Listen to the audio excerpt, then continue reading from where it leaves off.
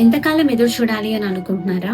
పరిశుద్ధ గ్రంథంలో అబ్రహాం మరియు సారా వాగ్దానం ద్వారా పొందుకున్న ఇస్సాకు గురించి 25 ఇయర్స్ వెయిట్ చేశారు. బానిసగా అమ్మివేయబడిన తర్వాత యోసేపు కూడా 13 ఇయర్స్ ఎదురు చూశాడు. దావీదు కూడా మహారాజుగా అవ్వడానికి 15 ఇయర్స్ టైం పట్టింది.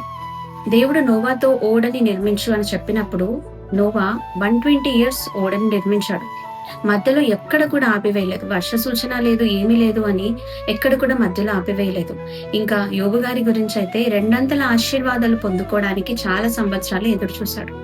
ఈ భక్తులందరూ కూడా ఎక్కడ కూడా మధ్యలో ఎదురు చూపిని ఆపేసినట్లుగా లేదు. దేవుడి మీద సనిగినట్లుగా, విసిగినట్లుగా ఎక్కడ లేదు.